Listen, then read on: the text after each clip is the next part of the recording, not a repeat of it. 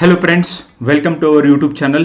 ನೋಡಿ, ಕಳೆದ ಕೆಲವು ದಿನಗಳಿಂದ ನಾನು ಮಾಡ್ತಾ ಇರುವಂಥ ಸುಪ್ರೀಂ ಕೋರ್ಟಿನ ಲ್ಯಾಂಡ್ಮಾರ್ಕ್ ಜಜ್ಮೆಂಟ್ಸ್, ಐತಿಹಾಸಿಕ ತೀರ್ಪುಗಳು ಅಂತ ಏನು ಕ್ಲಾಸಸ್ನ ಮಾಡಿದ್ದೀನಿ, ಇವುಗಳನ್ನು ಬಹಳಷ್ಟು ಜನ ನೋಡಿದಿರಿ ಆ್ಯಂಡ್ ನನಗೆ ಫೋನ್ ಕೂಡ ಮಾಡಿ ನೀವು ತಿಳಿಸಿದಿರಿ ಯಾವ ಥರ ನಿಮಗೆ ಉಪಯೋಗ ಆಗ್ತಿದ್ದಾವೆ ಅಂತ.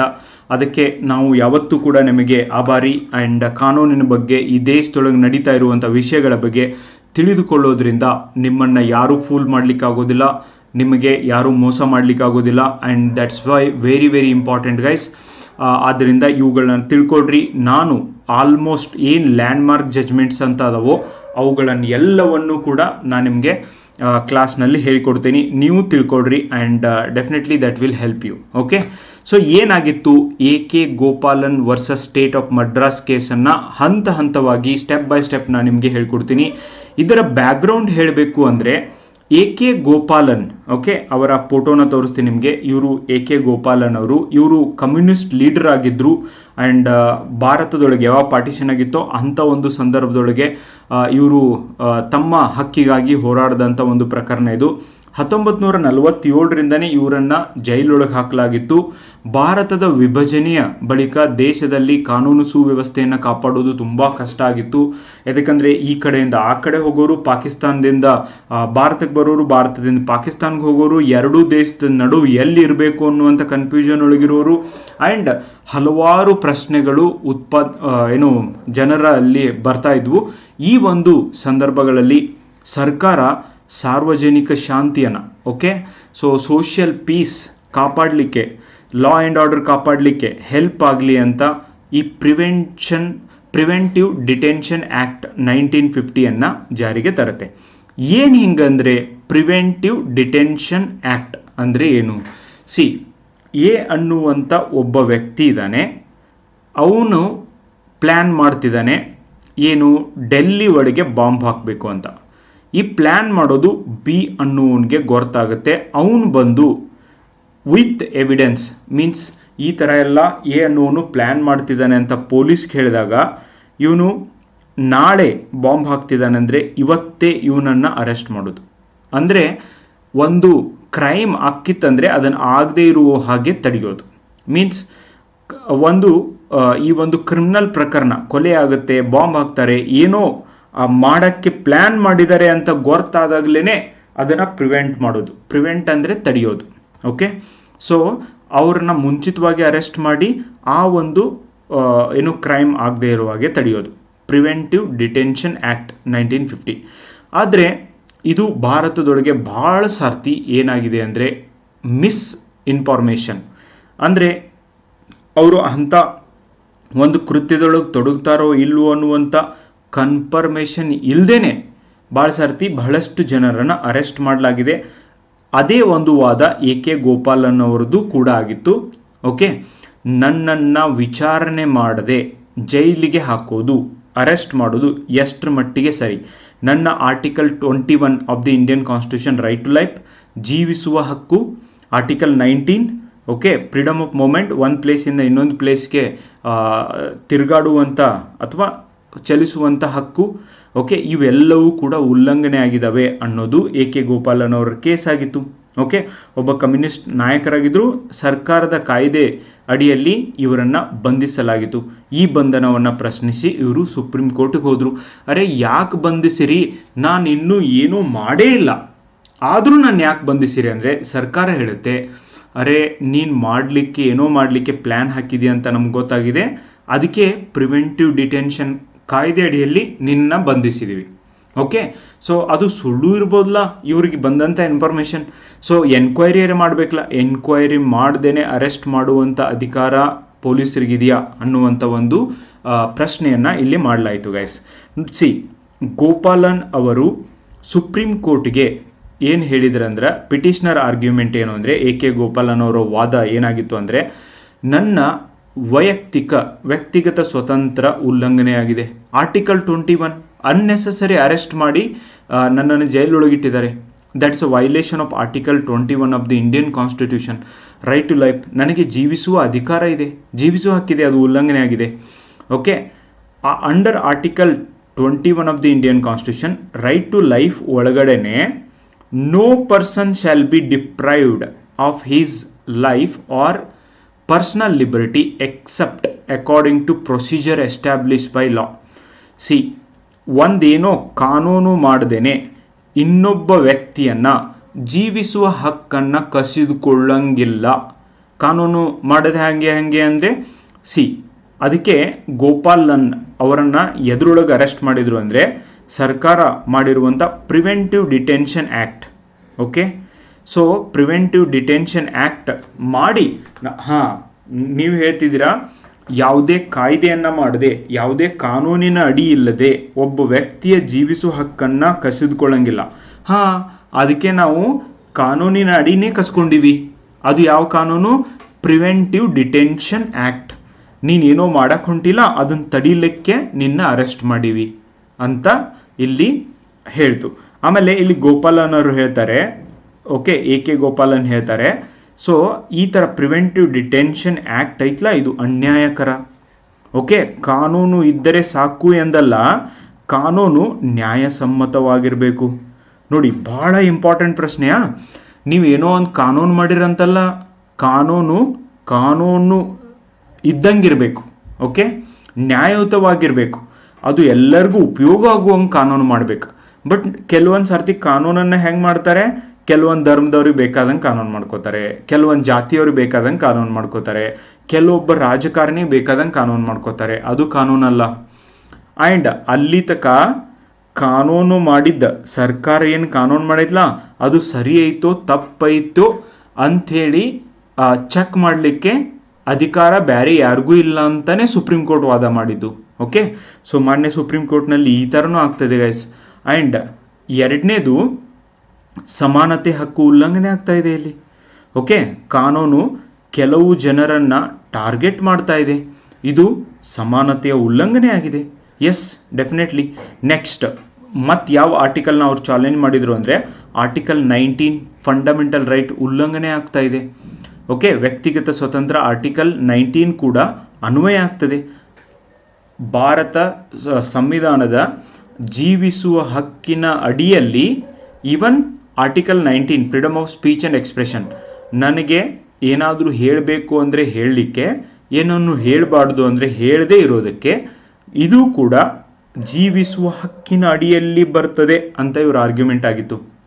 ಓಕೆ, ಪ್ರಿವೆಂಟಿವ್ ಡಿಟೆನ್ಷನ್ ಮಾಡುವುದರಿಂದ ಅಂದರೆ ಏನೋ ಅನಾಹುತ ಮಾಡ್ತಾರೆ ಅಂತ ಅವರನ್ನು ಅರೆಸ್ಟ್ ಮಾಡುವುದರಿಂದ ಆರ್ಟಿಕಲ್ 19ರ ಹಕ್ಕುಗಳನ್ನು ಕಳೆದುಕೊಳ್ಳಲಾಗುತ್ತೆ. ಆ್ಯಕ್ಚುಲಿ ಅವರು ಹಂಗೆ ಪ್ಲ್ಯಾನ್ ಹಾಕಿದಾರೋ ಇಲ್ಲೋ, ಏನು ಎವಿಡೆನ್ಸ್ ಐತಿ, ಏನು ಎನ್ಕ್ವೈರಿ ಮಾಡ್ಯಾರ ಇವರು, ಏನು ಚೆಕ್ ಮಾಡಿ ಅರೆಸ್ಟ್ ಮಾಡಿದ್ದಾರೆ, ಭಾಳ ಸರ್ತಿ ಇದು ಮಿಸ್ಯೂಸ್ ಆಗುವಂಥ ಎಲ್ಲ ಚಾನ್ಸಸ್ ಇದೆ ಅಂತ ಕೂಡ ಈ ಒಂದು AK ಗೋಪಾಲನ್ ಅವರ ಒಂದು ಆರ್ಗ್ಯುಮೆಂಟ್ ಆಗಿತ್ತು. Next, procedure establish by law. So ಇಲ್ಲಿ ಜಸ್ಟ್, ಫೇರ್ ಆ್ಯಂಡ್ ರೀಸನೇಬಲ್ ಆಗಿರಬೇಕು. ಓಕೆ, ಕಾನೂನು ಮಾಡ್ತೀರಿ, ಕಾನೂನು ನ್ಯಾಚುರಲ್ ಜಸ್ಟಿಸ್, ನೈಸರ್ಗಿಕ ನ್ಯಾಯವನ್ನು ಪಾಲನೆ ಮಾಡಬೇಕು. ನೈಸರ್ಗಿಕ ಜಸ್ಟಿಸ್ ಅಂದರೆ, ನೈಸರ್ಗಿಕ ನ್ಯಾಯ ಅಂದ್ರೇನು, ನ್ಯಾಚುರಲ್ ಜಸ್ಟಿಸ್ ಅಂತ ಕರಿತೀವಿ. Most important concept. ನ್ಯಾಚುರಲ್ ಜಸ್ಟಿಸಲ್ಲಿ ಒಂದನೇ ಪಾಯಿಂಟ್ ಏನು ಅಂದರೆ, ನನ್ನ ಕೇಸ್ ಒಳಗೆ ನಾನು ಯಾವುದಾದ್ರೂ ಒಂದು ಕೇಸ್ನ ಡೀಲ್ ಮಾಡ್ತೀನಿ ಅಂದರೆ ನನ್ನ ಕೇಸ್ ಒಳಗೆ ನಾನೇ ಜಡ್ಜ್ ಆಗುವಂಗಿಲ್ಲ. ಎರಡನೇದು ನೋಡ್ರಿ, ಯಾರು ಕೇಸ್ ಹಾಕಿರ್ತಾರಲ್ಲ, ಓಕೆ, ಕೇಸ್ ಹಾಕಿದವ್ರು ಇಂಪಾರ್ಟೆಂಟ್. ಇನ್ನೊಂದು, ಆ ಕೇಸ್ನೊಳಗೆ ಇನ್ನೊಬ್ಬ ವ್ಯಕ್ತಿ ಭಾಗಿಯಾಗಿದ್ದಾನೆ ಅಂದರೆ ಅವನ ಆರ್ಗ್ಯುಮೆಂಟ್ ಕೇಳೋದು ಇಂಪಾರ್ಟೆಂಟ್ ಅಂತ ಹೇಳುತ್ತೆ. ನಮ್ಮ ದೇಶದೊಳಗೆ ಬಹಳಷ್ಟು ಜನ ಇದನ್ನು ನೆನಪೇ ಇಲ್ಲ ಗೈಸ್. ಓಕೆ, ಏನೋ ಒಂದು ವಿಷಯನ ಹೇಳಬೇಕಾದ್ರೆ ತಮಗೇನು ಅನಿಸುತ್ತೆ ಅದನ್ನು ಹೇಳಿಬಿಟ್ಟು ಬಿಡ್ತಾರೆ. ಅಪೋಸಿಟ್ದವ್ರಿಗೂ ಏನು ಅನಿಸುತ್ತೆ, ಅಪೋಸಿಟ್ದವ್ರಿಗೂ ಒಳ್ಳೇದು ಅನಿಸುತ್ತೋ, ಕೆಟ್ಟದ್ದು ಅನಿಸುತ್ತೋ, ರೈಟ್ ಅನಿಸುತ್ತೋ, ರಾಂಗ್ ಅನಿಸುತ್ತೋ ಕೇಳೋದಿಲ್ಲ. ಆದರೆ ನ್ಯಾಚುರಲ್ ಜಸ್ಟಿಸ್ ಏನು ಹೇಳುತ್ತೆ ಅಂದರೆ ಮುಂದಿರುವವರ ವಾದವನ್ನೂ ಆಲಿಸಬೇಕು ಅಂತ ಹೇಳುತ್ತೆ. Okay, and procedure establish by ಲಾ ಅಂದರೆ ಒಂದು ಕಾನೂನಿದೆ, ಅದರೊಳಗೆ ಅರೆಸ್ಟ್ ಮಾಡಿದ್ದೀವಿ ಅಂತ ಹೆಂಗೆ ಹೇಳೋಕ್ಕಾಗುತ್ತೆ? ಆ ಕಾನೂನು ಸರಿ ಐತೋ ಇಲ್ಲೋ, ಆ ಸರಿಯಾದ ಕಾನೂನು ಅಡಿಯೊಳಗೆ ಅರೆಸ್ಟ್ ಮಾಡಿದಾರೋ ಇಲ್ವೋ ಅಂತ ಕೂಡ ಚೆಕ್ ಮಾಡಬೇಕಲ್ವಾ? ಕೇವಲ ಕಾನೂನು ಮಾಡಿದರೆ ಸಾಲಂಗಿಲ್ಲ. ಸೊ ಇಲ್ಲಿ ಕಾನೂನು ನ್ಯಾಯಯುತವಾಗಿರಬೇಕು ಅಂತ ಗೋಪಾಲನ್ ಅವರ ವಾದ ಆಗಿತ್ತು. ವೆರಿ ನೈಸ್ ವಾದ ಗೈಸ್, ಇವರ ವಾದ ಸರಿಯಾಗಿತ್ತು. ಆದರೆ ಇಲ್ಲಿ ಮಾನ್ಯ ಸುಪ್ರೀಂ ಕೋರ್ಟ್ ಓಕೆ ಕಾನೂನಿನಿಂದ ಸ್ಥಾಪಿಸಲಾದ ಕಾರ್ಯವಿಧಾನ that is procedure establish by ಲಾ. ಇದ್ರ ಬಗ್ಗೆ ಸ್ವಲ್ಪ ನಾನು ನಿಮಗೆ ಹೇಳ್ತೀನಿ. ಆಲ್ರೆಡಿ ಮೇನಕಾ ಗಾಂಧಿ ಕೇಸ್ ಒಳಗೂ ಕೂಡ ಹೇಳಿದ್ದೀನಿ. ಪ್ರೊಸೀಜರ್ ಎಸ್ಟಾಬ್ಲಿಷ್ಡ್ ಬೈ ಲಾ ಒಂದು ಬರುತ್ತೆ, ಇನ್ನೊಂದು ಡ್ಯೂ ಪ್ರೊಸೆಸ್ ಆಫ್ ಲಾ ಅಂತ ಬರುತ್ತೆ. Okay, so procedure established by law ಭಾರತದೊಳಗೆ ನಾವು ಫಾಲೋ ಮಾಡ್ತೀವಿ, ಡ್ಯೂ ಪ್ರೊಸೆಸ್ ಆಫ್ ಲಾ ನಾವು ಫಾಲೋ ಮಾಡೋದಿಲ್ಲ, ಇದನ್ನು ಅಮೇರಿಕಾದೊಳಗೆ ಮಾತ್ರ ಫಾಲೋ ಮಾಡ್ತೀವಿ ಅಂತ ಇದೇ ಕೇಸ್ ಒಳಗೆ ಸುಪ್ರೀಂ ಕೋರ್ಟ್ ಹೇಳುತ್ತೆ. ಹಾಗಂದರೆ ಡ್ಯೂ ಪ್ರೊಸೆಸ್ ಆಫ್ ಲಾ ಇದು ಅಮೇರಿಕಾದೊಳಗಿದ್ದಿದ್ದು. ನಂತರ ಮೇನಕಾ ಗಾಂಧಿ ಪ್ರಕರಣದೊಳಗೆ in India we follow both procedure establish by ಲಾನು ಫಾಲೋ ಮಾಡ್ತೀವಿ, ಡ್ಯೂ ಪ್ರೊಸೆಸ್ ಆಫ್ ಲಾನು ಫಾಲೋ ಮಾಡ್ತೀವಿ. ಹಾಗಂದರೆ ಏನು ಡಿಫ್ರೆನ್ಸು? ಫಸ್ಟಿಗೆ ಪ್ರೊಸೀಜರ್ ಎಸ್ಟಾಬ್ಲಿಷ್ ಬೈ ಲಾ, ಇದನ್ನು ಕನ್ನಡದೊಳಗೆ ಕಾನೂನಿನಿಂದ ಸ್ಥಾಪಿಸಲಾದ ಕಾರ್ಯವಿಧಾನ. ಓಕೆ, ಒಂದು ಏನೇ ಸರ್ಕಾರ ಕಾಯ್ದೆ ಮಾಡಿದೆ ಅಂದರೆ ಒಂದು ಕಾಯ್ದೆನ ಮಾಡಿರುತ್ತೆ. ಇಲ್ಲಿ ಗಮನ ಎದ್ರ ಮೇಲೆ ಇರುತ್ತೆ? ಶಾಸಕಾಂಗದ ಪ್ರಕ್ರಿಯೆಗೆ ಕಟ್ಟುನಿಟ್ಟಿನ ಅನುಸರಣೆ ಇರ್ತೈತಿ. ಕಾನೂನು ಏನು ಮಾಡ್ಯಾರ ಅದೇ ಫೈನಲ್, ಕಾನೂನು ಏನು ಮಾಡ್ಯಾರ ಅದೇ final. Okay, procedure establish by law, please try to understand. Next, ನ್ಯಾಯಾಂಗದ ಪಾತ್ರ ಏನಿರ್ತೈತಿ ಇಲ್ಲಿ?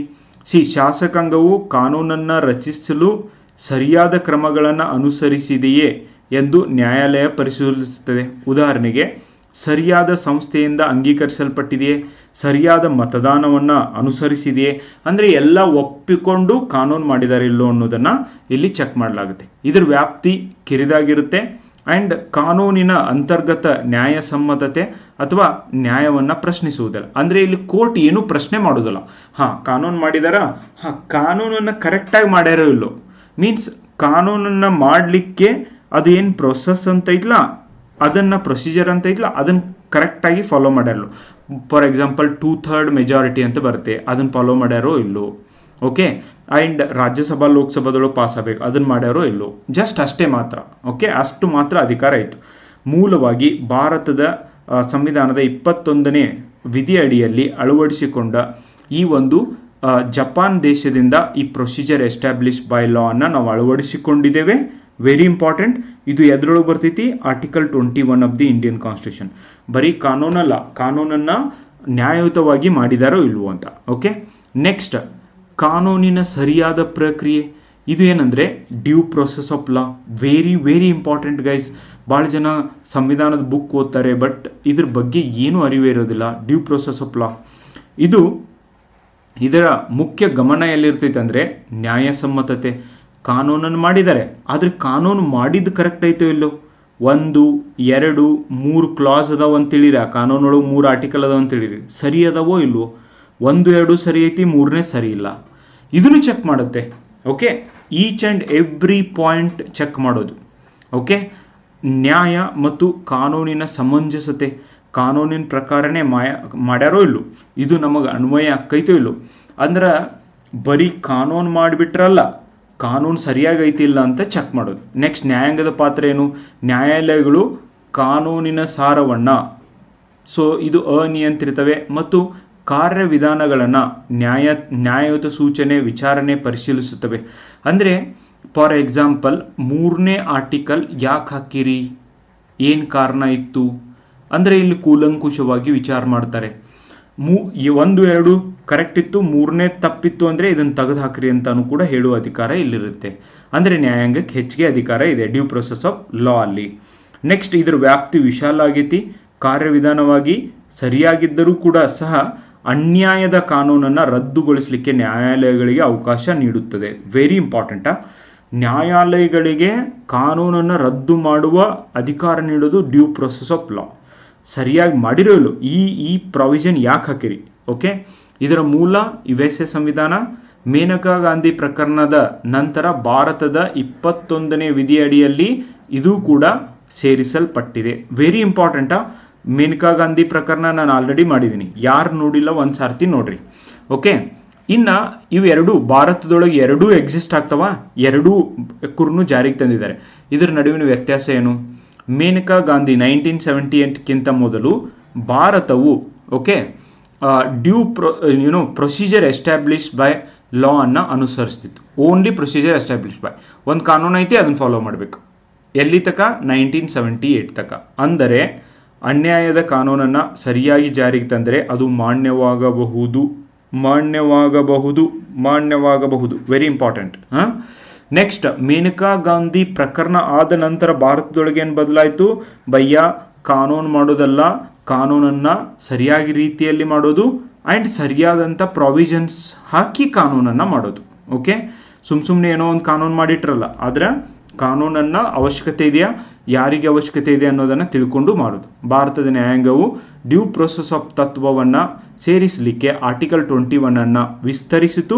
ಅಂದರೆ ಕಾನೂನುಗಳು ಈಗ ನ್ಯಾಯಯುತ ಮತ್ತು ನ್ಯಾಯಯುತವಾಗಿರಬೇಕು, ನ್ಯಾಯಸಮ್ಮತವಾಗಿರಬೇಕು. ಅಂದರೆ ಕಾನೂನುಗಳನ್ನ ಕೋರ್ಟ್ ಚೆಕ್ ಮಾಡುತ್ತೆ, ಸರಿ ಇದ್ದರೆ ಬಿಡುತ್ತೆ, ಇಲ್ಲ ಅಂದರೆ ಕೋರ್ಟ್ ಹೇಳುತ್ತೆ ಇದನ್ನು ತೆಗೆದು ಹಾಕ್ರಿ ಅಂತ. ಓಕೆ, ನೆಕ್ಸ್ಟ್, ಇಲ್ಲಿ ಸರ್ಕಾರ AK ಗೋಪಾಲನ್ ಅವರ ಆರ್ಗ್ಯುಮೆಂಟ್ಸ್ನ ನಾನು ಹೇಳಿದ್ದೀನಿ. ಇಲ್ಲಿ ಸರ್ಕಾರ ಏನು ಹೇಳ್ತು? ಸರ್ಕಾರ ಹೇಗೆ ಹೇಳ್ತು ಅಂದರೆ, ಸಾರ್ವಜನಿಕ ಸುರಕ್ಷತೆ ಮತ್ತು ರಾಷ್ಟ್ರೀಯ ಭದ್ರತೆಯಲ್ಲಿ ಭಾರತಕ್ಕೆ ತುಂಬಾ ಅವಶ್ಯಕತೆ ಇದೆ, ಆದ್ದರಿಂದ ಪ್ರಿವೆಂಟಿವ್ ಡಿಟೆನ್ಷನ್ ರಾಷ್ಟ್ರದ ಹಿತದೃಷ್ಟಿಯಿಂದ ಒಳ್ಳೆಯದು ಅಂತ ಹೇಳುತ್ತೆ. Yes, of course this is accepted. ನೋಡಿ, ಈಗ ನಮ್ಮ ದೇಶದ ಮೇಲೆ ಯಾರೋ ಬಾಂಬ್ ಹಾಕ್ತಾರೆ ಅಂದರೆ ಅವ್ರನ್ನ ಅರೆಸ್ಟ್ ಮಾಡದೆ ಬಿಡೋಕ್ಕಾಗುತ್ತಾ? So that's why prevention of detention is very very important ಅಂತ ಸರ್ಕಾರ ಹೇಳ್ತು. Article 21 procedure established by law ಎಂಬುದು ಕಾನೂನು ಇದ್ದರೆ ಸಾಕು, ಅದು ನ್ಯಾಯಸಮ್ಮತವಾಗಿಯೇ ಇರಬೇಕು ಎಂಬ ವಿಚಾರವನ್ನು ಕೋರ್ಟ್ ನೋಡುವುದಿಲ್ಲ, ನೋಡುವ ಅಧಿಕಾರನೂ ಇಲ್ಲ ಅಂತ ಕೂಡ ಇಲ್ಲಿ ಸರ್ಕಾರ ಹೇಳ್ತು.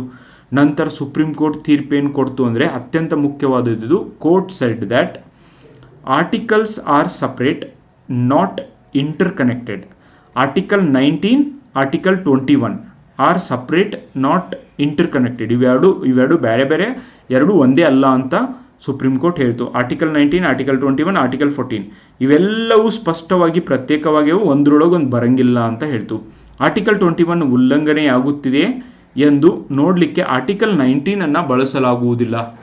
ಓಕೆ, ನೀವು ಒಂದೇ ಆರ್ಟಿಕಲ್ ನೋಡಬೇಕು, ಅವೆರಡು ಕನೆಕ್ಟೆಡ್ ಇಲ್ಲ. ಓಕೆ, ಒಂದಕ್ಕೊಂದನ್ನು ನೀವು ಹೊಂದಾಣಿಕೆ ಮಾಡಂಗಿಲ್ಲ ಅಂತ ಹೇಳ್ತು. This is very very narrow interpretation of supreme court guys. Procedure establish by ಲಾ, ಕಾನೂನು ಇದ್ದರೆ ಸಾಕು, ಅದು ತಪ್ಪಾಗಿದ್ರೂ ಕೂಡ ನಡೆಯುತ್ತೆ. ಅಂದರೆ ಮೀನ್ಸ್ ಕಾನೂನು ಇದ್ದರೆ ಸಾಕು, ಆದರೆ that is what procedure establish by law. Under this preventive detention ಆ್ಯಕ್ಟನ್ನು ಮಾನ್ಯ ಮಾಡ್ತು. Yes, it is right. ಅವರನ್ನು ಅರೆಸ್ಟ್ ಮಾಡಿದ್ದು ಸರಿ ಇದೆ ಮತ್ತು ಜೈಲಿಗೆ ಹಾಕಿದ್ದು ಸರಿ ಇದೆ ಅಂತ ಹೇಳ್ತು. ಸರ್ಕಾರ ಮಾಡಿದ ಬಂಧನ ಕಾನೂನಿನ ಪ್ರಕಾರ ನಡೆಯುವುದರಿಂದ ಅದು ಮಾನ್ಯವಾಗಿರುತ್ತದೆ ಅಂತ ಕೂಡ ಸುಪ್ರೀಂ ಕೋರ್ಟ್ ಹೇಳ್ತು. ಫಂಡಮೆಂಟಲ್ ರೈಟ್ಸ್ ಮೇಲೆ ಸರ್ಕಾರದ ನಿಯಂತ್ರಣಕ್ಕೆ ಇದು ಬೆಂಬಲವನ್ನು ನೀಡಿತು. ಈ ತೀರ್ಪು ಸರ್ಕಾರದ ಅಧಿಕಾರವನ್ನು ಬಲಪಡಿಸಿತು. ಸರ್ಕಾರಕ್ಕೆ ಎಲ್ಲ ಅಧಿಕಾರ ಇದ್ದಾವೆ ಅಂತ ಕೊಡ್ತು. ನಾಗರಿಕ ಹಕ್ಕುಗಳ ರಕ್ಷಣೆಗೆ ಡ್ಯೂ ಪ್ರೊಸೆಸ್ ಆಫ್ ಲಾ ಬೇಕು ಎಂಬ ಬೇಡಿಕೆ ಇಲ್ಲಿ ಸುಪ್ರೀಂ ಕೋರ್ಟ್ನಲ್ಲಿ ತಳ್ಳಿ ಹಾಕಲಾಯಿತು. ಆದರೆ ಈ ಕೇಸ್ ಒಳಗೆ ಡ್ಯೂ ಪ್ರೊಸೆಸ್ ಆಫ್ ಲಾ ಬಗ್ಗೆ ಇದು ಏನು ಆ್ಯಕ್ಷನ್ ತಗೊಳ್ಳಿಲ್ಲ. ಈ ತೀರ್ಪಿನ ಪರಿಣಾಮ ಏನಾಯಿತು? ನಾಗರಿಕರ ಹಕ್ಕುಗಳ ರಕ್ಷಣೆ ದುರ್ಬಲತೆ ಆಯಿತು. ಆರ್ಟಿಕಲ್ 21 ಅರ್ಥ ತುಂಬ ಸಂಕೀರ್ಣವಾಗಿ ಮಾಡ್ತಿದ್ದು. ಅಂದರೆ ಎಂಥ ಒಳ್ಳೆ ಒಂದು ಆರ್ಟಿಕಲ್ 21 ಇದೆ, ರೈಟ್ ಟು ಲೈಫ್ ಅಡಿಯಲ್ಲಿ ಎಲ್ಲ ಫಂಡಮೆಂಟಲ್ ರೈಟ್ಸ್ಗಳು ಬರ್ತವೆ, ಆದರೆ ಇಲ್ಲಿ ಸಂಕೀರ್ಣವಾಗಿ ಮಾಡ್ತು. ಆರ್ಟಿಕಲ್ 14, 19, 21 ಪರಸ್ಪರ ಸಂಬಂಧ ಇಲ್ಲ ಎಂಬ ಒಂದು ಹೊಸ ದೃಷ್ಟಿಕೋನವಂತಂತು. ಇದನ್ನು ನಂತರ ಮೇನಕಾ ಗಾಂಧಿ ಪ್ರಕರಣ 1978 ತಿದ್ದುಪಡಿ ಮಾಡಿತು. ನಾನು ಮೇನಕಾ ಗಾಂಧಿ ಕೇಸ್ನು ಕೂಡ ಮಾಡಿದ್ದೀನಿ ನೋಡಿ. ಪ್ರಿವೆಂಟಿವ್ ಡಿಟೆನ್ಷನ್ ಕಾನೂನುಗಳಿಗೆ ಕೋರ್ಟ್ ಹೆಚ್ಚು ಸಹಾನುಭೂತಿಯಾಗಿ ವರ್ತಿಸಲು ಕಾರಣವಾಯಿತು. ನೆಕ್ಸ್ಟ್, ಮೇನಕಾ ಗಾಂಧಿ ಕೇಸ್ 1978 ಜೊತೆಗೆ ಈ ತೀರ್ಪನ್ನು ಇದು ಕೂಡ ಅದಕ್ಕೆ ಸಂಬಂಧಿಸಿದ್ದಾಗಿದೆ ಗೈಸ್. ತೀರ್ಪಿನಲ್ಲಿ ಸುಪ್ರೀಂ ಕೋರ್ಟ್ ಹೇಳ್ತು AK ಗೋಪಾಲ್ ತೀರ್ಪು ಸಂಪೂರ್ಣವಾಗಿ ಬದಲಿಸಿತು. ಈ ಮೇನಕಾ ಗಾಂಧಿ ಪ್ರಕರಣದೊಳಗೆ ಸಂಪೂರ್ಣವಾಗಿ ಬದಲಿಸಿತು. ಮೇನಕಾ ಗಾಂಧಿ ಪ್ರಕರಣದೊಳಗೆ ಭಾರತದೊಳಗೆ ಡ್ಯೂ ಪ್ರೊಸೆಸ್ ಆಫ್ ಲಾನು ಇದೆ, ಪ್ರೊಸೀಜರ್ ಎಸ್ಟಾಬ್ಲಿಷ್ ಬೈ ಲಾನು ಇದೆ. ಕಾನೂನು ಮಾಡೋದು ಅಷ್ಟೇ ಇಂಪಾರ್ಟೆಂಟ್ ಅಲ್ಲ, ಕಾನೂನು ಮಾಡಿದ್ದು ಸರಿಯಾಗಿರಬೇಕು. ಅದು ಎಲ್ಲ ನೋಡಿಕೊಂಡು ಯಾವುದೋ ವ್ಯಕ್ತಿಯನ್ನು ಅರೆಸ್ಟ್ ಮಾಡ್ಬೋದು ಅಂತ ಹೇಳ್ತು. ಓಕೆ, ಮೇನಕಾ ಗಾಂಧಿ ಹೊಸ ನಿಯಮಗಳನ್ನು ತಂತು. ಆರ್ಟಿಕಲ್ 14, 19, 21 ಪರಸ್ಪರ ಸಂಬಂಧ ಇದ್ದಾವೆ ಅಂತ ಹೇಳ್ತು ಮೇನಕಾ ಗಾಂಧಿ ಕೇಸ್ ಒಳಗೆ. ಓಕೆ, ಆರ್ಟಿಕಲ್ 19, 14 ಆ್ಯಂಡ್ ದಿಸ್ 21 ಅವೆಲ್ಲ ಇಂಟರ್ ಕನೆಕ್ಟೆಡ್ ಅಂತ ಹೇಳ್ತು. Procedure establish by a just fair and reasonable ಆಗಿರಬೇಕು ಅಂತ ಕೂಡ ಹೇಳ್ತು. Very very important. Examination point of view ಅಂದರೆ ಪ್ರೊಸೀಜರ್ ಎಸ್ಟಾಬ್ಲಿಷ್ ಬೈ ಲಾ ಕೇವಲ ಕಾನೂನು ಇದ್ದರೆ ಸಾಕು ಅಂತ ಹೇಳುತ್ತೆ. Articles are not interconnected ಅಂತ ಹೇಳ್ತು. ಬಟ್ ಲೇಟರ್ ಈ ಒಂದು ಎ ಕೆ ಗೋಪಾಲನ್ ಕೇಸ್ ಒಳಗೆ articles are not interconnected ಅಂತ ಹೇಳ್ತು. ಆದರೆ ಮೇನಕಾ ಗಾಂಧಿ ಒಳಗೆ ಇದನ್ನು ರಿವರ್ಸ್ ಮಾಡುತ್ತೆ, ಓವರ್ ರೂಲ್ ಮಾಡುತ್ತೆ. Preventive detention act upheld, preventive detention ಆ್ಯಕ್ಟನ್ನು ಇದು ಅಪ್ಹೆಲ್ಡ್ ಮಾಡ್ತು. Over ruled by Maneka Gandhi judgment. ಇವುಗಳನ್ನೆಲ್ಲವನ್ನು ತೆಗೆದುಹಾಕಿ ಇವುಗಳು ತಪ್ಪು ಅಂತ ನಂತರ ಮೇನಕಾ ಗಾಂಧಿ ಪ್ರಕರಣದೊಳಗೆ ಹೇಳ್ತಾರೆ guys. And A K Gopalan ಕೇಸಲ್ಲಿ ಸರ್ಕಾರಕ್ಕೆ ಹೆಚ್ಚಿನ ಅಧಿಕಾರ ದೊರೆತು ನಾಗರಿಕ ಹಕ್ಕುಗಳ ಒಂದು ವ್ಯಾಖ್ಯಾನ ಸಂಕುಚಿತವಾಯಿತು. 1978ರಲ್ಲಿ ಸಂಪೂರ್ಣ ಬದಲಾವಣೆಯಾಗಿ ಮೇನಕಾ ಗಾಂಧಿ ಕೇಸ್ ಬಂದಿದ್ದನ್ನು ನಾವು ಕಾಣ್ತೀವಿ. ಯಾರ್ಯಾರು ಮೇನಕಾ ಗಾಂಧಿ ಕೇಸ್ ವಿಡಿಯೋನ ನೋಡಿಲ್ಲ ದಯವಿಟ್ಟು ಒಂದು ಸರ್ತಿ ನೋಡಿರಿ. Yes, I will take 1 minute of your time. ನೋಡಿ, ಧಾರವಾಡದ ಸಪ್ತಾಪುರ್ನಲ್ಲಿ ನಿಮಗೆ ಕನಮಡಿ ಇನ್ಸ್ಟಿಟ್ಯೂಟ್ನ ಹೊಸ ಬ್ರ್ಯಾಂಚ್ ಓಪನ್ ಆಗಿದೆ ಗೈಸ್. ಆ್ಯಂಡ್ ಇಲ್ಲಿ ನಿಮಗೆ KAS ಆಗಿರ್ಬೋದು, PSI ಆಗಿರ್ಬೋದು, UPSC ಆಗಿರ್ಬೋದು, SDA, FDA ಬರೀ ಕೋಚಿಂಗ್ ಕೊಡೋದಲ್ಲ, 2 ಪೇಪರ್ ಎಲ್ಲ ಒಂದು ಪತ್ರಿಕೆಗಳನ್ನ ನಾವು ಕೋಚಿಂಗ್ ಕೊಡ್ತೀವಿ. Particularly communication, Kannada, computer, English ಆಗಿರ್ಬೋದು, PSI ಪೇಪರ್ 1 ಆಗಿರ್ಬೋದು, ಪೇಪರ್ 2 ಆಗಿರ್ಬೋದು, ಪ್ರತಿಯೊಂದು ಕೋಚಿಂಗು ಅವೈಲೇಬಲ್ ಇದೆ. ಬಟ್ ಅದ್ರ ಜೊತೆಗೆ mentorship, wherever you face the problem, ನಿಮ್ಗೆ ಏನು ಸಮಸ್ಯೆ ಆಗುತ್ತೆ ಸೊ ಅದನ್ನು ಕೂಡ ನಾವು ಇಲ್ಲಿ ಹೇಳ್ಕೊಡ್ತೀವಿ ಗೈಸ್. ಇದೊಂದು ಹೊಸ ಟೈಪ್ ಆದಂಥ ಒಂದು ಪ್ರಯತ್ನ ಆಗಿದೆ. ಸೊ ಪರ್ಸನಲ್ ಕೇರ್ ತೊಗೊಂಡು ಸ್ಟೂಡೆಂಟ್ಸ್ಗೆ ಗೈಡ್ ಮಾಡಬೇಕು ಅನ್ನೋದು ನಮ್ಮ ಉದ್ದೇಶ ಆಗಿದೆ. And this is our number, personal number and even ಒಂದು ಆಫೀಸ್ ನಂಬರ್ ಕೂಡ ಆಗಿದೆ. ನೀವು ಕಾಂಟ್ಯಾಕ್ಟ್ ಮಾಡ್ಬೋದು, ನೀವು ಅಡ್ಮಿಷನ್ ತೊಗೋಬೋದು. ಓಕೆ, ಡಿಸೆಂಬರ್ 20ರ ನಂತರ ಈ ಅಡ್ಮಿಷನ್ಗಳು ಕೂಡ ನಿಮಗೆ ಸ್ಟಾರ್ಟ್ ಆಗ್ತವೆ. So you can come and visit once. Okay, ಈಗ ಎ ಕೆ ಗೋಪಾಲನ್ ಪ್ರಕರಣವನ್ನು ಕುರಿತು ವಿವಿಧ ಸ್ಪರ್ಧಾತ್ಮಕ ಪರೀಕ್ಷೆಗಳಲ್ಲಿ ಕೇಳಿರುವಂಥ ಪ್ರಶ್ನೆಗಳನ್ನು ನಾವು ಚರ್ಚೆ ಮಾಡೋಣ. ಎ ಕೆ ಗೋಪಾಲನ್ ಪ್ರಕರಣದಲ್ಲಿ supreme court procedure establish by ಲಾ ಎಂಬ ಪದಕ್ಕೆ ಯಾವ ಅರ್ಥ ನೀಡಿತು? ಸಿ, ಪ್ರಕ್ರಿಯೆ ನ್ಯಾಯಸಮ್ಮತ, ನ್ಯಾಯಸಂಗತ ಮತ್ತು ವ್ಯಾವಹಾರಿಕವಾಗಿರಬೇಕು ಅಂತ ಹೇಳ್ತು. ಕಾನೂನಿನಲ್ಲಿ ಬರೆಯಲ್ಪಡುವ ಪ್ರಕ್ರಿಯೆ ಇದ್ದರೆ ಸಾಕು ಅಂತ ಹೇಳ್ತು. ಆ್ಯಂಡ್ ನೋಡಿ, ಪ್ರಕ್ರಿಯೆಯನ್ನು ಕಾರ್ಯನಿರ್ವಹಿಸುವಾಗ ಪೊಲೀಸ್ ಅಧಿಕಾರಿ ವೈಯಕ್ತಿಕ ಅಭಿಪ್ರಾಯ ನೋಡಬೇಕು ಅಂತ ಹೇಳ್ತು. ಅಲ್ಲ, ಫಂಡಮೆಂಟಲ್ ರೈಟ್ಸ್ ಇದು ಕೂಡ ಅಲ್ಲ. Okay, so it's very very important. Procedure establish by ಲಾ, ಕಾನೂನಿನಲ್ಲಿ ಬರೆಯಲ್ಪಟ್ಟ ಪ್ರಕ್ರಿಯೆ ಇದ್ದರೆ ಸಾಕು ಅಂತ ಹೇಳ್ತು. ಪ್ರೊಸೀಜರ್ ಎಸ್ಟಾಬ್ಲಿಷ್ ಬೈ ಅಂದರೆ ಏನು? ಕಾನೂನು ಇದ್ದರೆ ಸಾಕು, ದಟ್ಸ್ ಇಟ್. ಓಕೆ, ಸೊ ಮತ್ತೇನು ಬೇಕಾಗಿಲ್ಲ ಅಂತ ಹೇಳ್ತು. That is what very very bad. Okay, next, A K Gopalan ತೀರ್ಪಿನಲ್ಲಿ ಸುಪ್ರೀಂ ಕೋರ್ಟ್ ಯಾವ ಆರ್ಟಿಕಲ್ಸ್ ಪರಸ್ಪರ ಸಂಬಂಧವಲ್ಲ ಎಂದು ಹೇಳ್ತು ಅಂತ ನಿಮಗೆ ಪ್ರಶ್ನೆ ಇದೆ. ಓಕೆ, ಎ ಕೆ ಗೋಪಾಲನ್ ತೀರ್ಪಿನಲ್ಲಿ ಪರಸ್ಪರ ಸಂಬಂಧ ಇಲ್ಲ. ಆರ್ಟಿಕಲ್ 14, 19, 21 ಇವುಗಳು ಪರಸ್ಪರವಾಗಿ ಸಂಬಂಧ ಇಲ್ಲ ಅಂತ ಹೇಳ್ತು ಗೈಸ್. ನಂತರ ಮೇನಕಾ ಗಾಂಧಿ ಕೇಸ್ 1978ಅಲ್ಲಿ ಇವೆಲ್ಲ ಸಂಬಂಧ ಇದ್ದಾವೆ, ಇಂಟರ್ ಕನೆಕ್ಟೆಡ್ ಅಂತ ಕೂಡ ಹೇಳ್ತು. Okay, important. A K Gopalan ಯಾವ ಕಾಯ್ದೆ ಅಡಿಯಲ್ಲಿ ಬಂಧಿತರಾಗಿದ್ದರು ಅಂತ ನಿಮಗೆ ಪ್ರಶ್ನೆ ಇದೆ. Very important. Okay, UAPA unlawful activities prevention act ಅಂತ ಈಗಲೂ ಇದೆ. ಇದು 1967. ಓಕೆ, ಯಾರಾದರೂ ದೇಶ ವಿರೋಧಿ ಚಟುವಟಿಕೆಗಳು ಭಾಗಿಯಾದರೆ ಅವ್ರನ್ನ ಅರೆಸ್ಟ್ ಮಾಡಲಿಕ್ಕೆ ಇಟ್ಟಿರುವಂಥ ಒಂದು ಕಾನೂನು. ದಟ್ಸ್ ವೆರಿ ಡೇಂಜರಸ್ ಕಾನೂನು ಕೂಡ ಆಗಿದೆ ಗೈಸ್. ಭಾಳಷ್ಟು ಜನ ಅರೆಸ್ಟ್ ಕೂಡ ಆಗಿದ್ದಾರೆ ಅದರೊಳಗೆ. And preventive detention act 1950. Yes, ಇದೇ ಒಂದು ಪ್ರಕರಣದ ಅಡಿಯಲ್ಲಿ, ಇದೇ ಒಂದು ಕಾನೂನಿನ ಅಡಿಯಲ್ಲಿ ಎ ಕೆ ಗೋಪಾಲನ್ ಅವರು ಅರೆಸ್ಟ್ ಆಗಿರ್ತಾರೆ, ಅರೆಸ್ಟನ್ನು ಮುಂದುವರಿಸ್ತಿರ್ತಾರೆ. ನೆಕ್ಸ್ಟ್, ಕೆಳಗಿನವುಗಳಲ್ಲಿ ಯಾವುದನ್ನು ಎ ಕೆ ಗೋಪಾಲನ್ ತೀರ್ಪು ಪ್ರತ್ಯಕ್ಷವಾಗಿ ಬೆಂಬಲಿಸಿತು? ಫಂಡಮೆಂಟಲ್ ರೈಟ್ಸ್ಗೆ ಬಲವಾದ ರಕ್ಷಣೆಯನ್ನು ನೀಡಿತು, ಎಕ್ಸಿಕ್ಯೂಟಿವ್ ಪವರ್ ಮೇಲೆ ಕಠಿಣ ನಿಯಂತ್ರಣವಾಗಿತ್ತು, ಪ್ರಿವೆಂಟಿವ್ ಡಿಟೆನ್ಷನ್ ಕಾನೂನುಗಳಿಗೆ ಸರ್ಕಾರದ ಹೆಚ್ಚಿನ ಅಧಿಕಾರವನ್ನು ನೀಡಿತು, ಆರ್ಟಿಕಲ್ 21ರ ವಿಸ್ತೃತ ವ್ಯಾಖ್ಯಾನವನ್ನು ಮಾಡಿತು. ನೋ, ಪ್ರಿವೆಂಟಿವ್ ಡಿಟೆನ್ಷನ್ಗೆ ಹೆಚ್ಚಿನ ಅಧಿಕಾರವನ್ನು ಇಲ್ಲಿ ನೀಡಿದ್ದನ್ನು ನಾವು ಕಾಣ್ತೀವಿ guys. Next, A K Gopalan ತೀರ್ಪಿನ ತಾತ್ವಿಕ ಸ್ಥಾನವನ್ನು ತಿದ್ದುಪಡಿ ಮಾಡಿದ ಪ್ರಮುಖ ಪ್ರಕರಣ ಯಾವುದು ಅಂತ ಪ್ರಶ್ನೆ ಇದೆ. ಎ ಕೆ ಗೋಪಾಲನ್ ಪ್ರಕರಣದೊಳಗೆ only procedure establish by law ಇರ್ತೈತಿ, ಡ್ಯೂ ಪ್ರೊಸೆಸ್ ಆಫ್ ಲಾ ಇರುವುದಿಲ್ಲ ಅಂತ ಹೇಳಿದಂಥ ಸುಪ್ರೀಂ ಕೋರ್ಟ್ ಮುಂದೆ ಬಂದಂಥ ಮೇನಕಾ ಗಾಂಧಿ ಕೇಸ್ನಲ್ಲಿ 1978ಅಲ್ಲಿ ಈ ಒಂದು ಜಡ್ಜ್ಮೆಂಟನ್ನು ಬದಲಾಯಿಸಿದ್ದನ್ನು ನಾವು ಕಾಣ್ತೀವಿ. ನೋಡ್ರಿ ಗೈಸ್, ನಾನು ಮಿನರ್ವಾ ಮಿಲ್ಸ್ ಕೇಸ್ನು ಮಾಡಿದ್ದೀನಿ, ಕೇಶವಾನಂದ ಭಾರತಿ ಕೇಸ್ನು ಮಾಡಿದ್ದೀನಿ, ಶ್ರೇಯಾ ಸಿಂಗಲ್ ಓಕೆ ಇವರ ಪ್ರಕರಣ ಐ ಥಿಂಕ್ ಇನ್ನೂ ಮಾಡಿಲ್ಲ. Definitely I will do it. Next ಕ್ಲಾಸ್ನೊಳಗೆ ನಿಮಗೆ ಶ್ರೇಯಾ ಸಿಂಗಲ್ ಕೇಸ್ ಕೂಡ ಬರ್ತದೆ. ಆ್ಯಂಡ್ ನೀವು ನೋಡ್ಬೋದು ಗೈಸ್, ಇಂಥ ಎಲ್ಲ ಇಂಪಾರ್ಟೆಂಟ್ ಲ್ಯಾಂಡ್ಮಾರ್ಕ್ ಜಡ್ಜ್ಮೆಂಟ್ಸ್ಗಳ ಬಗ್ಗೆ ಕಂಪ್ಲೀಟ್ ಆದಂಥ ಇನ್ಫಾರ್ಮೇಷನ್ ನಮ್ಮ ಚಾನಲಲ್ಲಿ ಸಿಗುತ್ತೆ.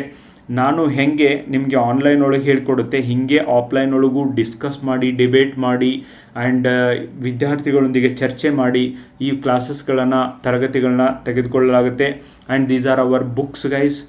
ನಿಮಗೆ ಮುಂಬರುವಂಥ ಎಕ್ಸಾಮಲ್ಲಿ ಗೇಮ್ ಚೇಂಜರ್ ಆಗಿ ಕೆಲಸ ಮಾಡ್ತವೆ. ವೆರಿ ವೆರಿ ಇಂಪಾರ್ಟೆಂಟ್ ಆದಂಥ ಪುಸ್ತಕಗಳು, ಅಪ್ಡೇಟೆಡ್ ಆಗಿರುವಂಥ ಪುಸ್ತಕಗಳು, ಯೂನಿಕ್ ಕೂಡ ಆಗಿದ್ದಾವೆ. You can take these books and ನಿಮಗೆ ಓದಲಿಕ್ಕೆ ಇದು ತುಂಬಾ ಡೆಫಿನೆಟ್ಲಿ ಹೆಲ್ಪ್ ಆಗ್ತವೆ. ಆ್ಯಂಡ್ ಯಾರಿಗೆ ಪುಸ್ತಕ ಬೇಕು, ಯಾರು ಧಾರವಾಡದೊಳಗಿಲ್ಲ, ಬೇರೆ ಕಡೆ ಇದ್ದೀರಿ, ನಿಮಗೆ ಅಂಚೆಗಳ ಮೂಲಕ ನಿಮಗೆ ಪುಸ್ತಕವನ್ನು ಕಳಿಸಿಕೊಡಲಾಗುತ್ತೆ. This is my number 7892086178. ಈ ನಂಬರ್ಗೆ ನೀವು ಕಾಂಟ್ಯಾಕ್ಟ್ ಮಾಡೋದ್ರ ಮೂಲಕ ನಿಮ್ಮ ಒಂದು ಅಡ್ರೆಸ್ಸನ್ನು ಕಳಿಸ್ಬೋದು ಗೈಸ್. ಈ ಒಂದು ಅಂಚೆ ಮೂಲಕ ನಿಮಗೆ ಪುಸ್ತಕವನ್ನು ಕಳಿಸಿಕೊಡುವಂಥ ವ್ಯವಸ್ಥೆ ಕೂಡ ನಮ್ಮ ಹತ್ರ ಇದೆ. ಆ್ಯಂಡ್ ನಿಮಗೆ ವಿಡಿಯೋ ಇಷ್ಟ ಆದಲ್ಲಿ ನಿಮ್ಮ ಫ್ರೆಂಡ್ಸೊಂದಿಗೂ ಕೂಡ ಶೇರ್ ಮಾಡಿರಿ, ಲೈಕ್ ಮಾಡಿರಿ, ಕಮೆಂಟ್ ಮಾಡಿ. ಅದೇ ನಮಗೆ ಮೋಟಿವೇಶನ್ ಗೈಸ್. ಆ್ಯಂಡ್ ಇದೇ ಥರ ಹೊಸ ಹೊಸ ಪ್ರಕರಣಗಳನ್ನು ನಾನು ನಿಮಗೆ ಹೇಳ್ತಾ ಹೋಗ್ತೀನಿ. ಆ್ಯಂಡ್ ಇದೇ ಥರ ಫಾಲೋ ಕೂಡ ಮಾಡಿ ಆ್ಯಂಡ್ ಲೈಕ್ ಕೂಡ ಮಾಡಿ. ಯಾರಾದರೂ ಕೋಚಿಂಗ್ ಜಾಯ್ನ್ ಆಗೋರಿದ್ದರೆ ಅವ್ರಿಗೂ ಡೆಫಿನೆಟ್ಲಿ ಸಜೆಸ್ಟ್ ಮಾಡಿ. ಇದೇ ಥರ ಪ್ರತಿಯೊಂದು ಸಬ್ಜೆಕ್ಟನ್ನು ಡೀಟೇಲ್ ಆಗಿ ನಮ್ಮ ಕ್ಲಾಸಸ್ಗಳಲ್ಲಿ ಹೇಳ್ಕೊಡಲಾಗುತ್ತೆ. Thank you so much for watching the video. Bye, take care.